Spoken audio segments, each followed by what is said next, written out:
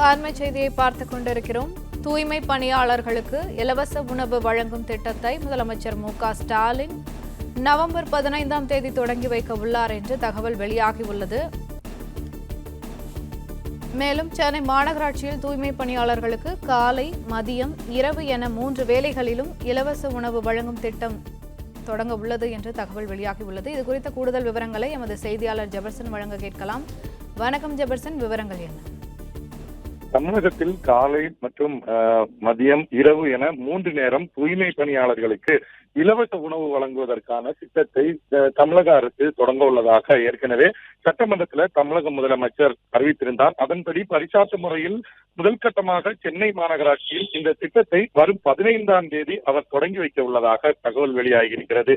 அதன்படி இந்த திட்டத்திற்கான செயல்படுத்துவதற்காக தனியார் நிறுவனம் மூலமாக ஒப்பந்த புள்ளி அடிப்படையில தேர்வு செய்யப்பட்டு இதற்கான தீர்மானமும் கடந்த மாதாந்திர கூட்டத்தில் மாநகராட்சியில தீர்மானமாக நிறைவேற்றப்பட்டிருக்கிறது. ஒரு ஆண்டிற்கு தூய்மை பணியாளர்களுக்கு இலவசமாக உணவு வழங்குவதற்காக 64.73 கோடி ரூபாய் செலவு ஆகும் எனவும், அதன் அடிப்படையில 31,373 தூய்மை பணியாளர்களுக்கு இந்த காலை, மதியம், இரவு நேரங்கள்ல உணவு வழங்குவதற்கு ஏற்பாடு செய்யப்பட்டிருப்பதாக சொல்லப்படுகிறது.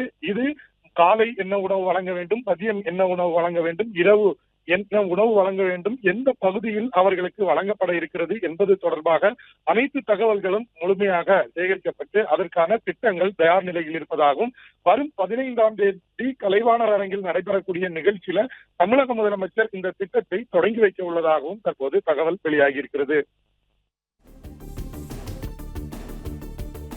பிளே ஸ்டோர் மற்றும் ஆப் ஸ்டோரில் இருந்து பாலிமர் செயலியை QR கோடு மூலம் பதிவிறக்கம் செய்யுங்கள். செய்திகளை உடனுக்குடன் பெறுங்கள்.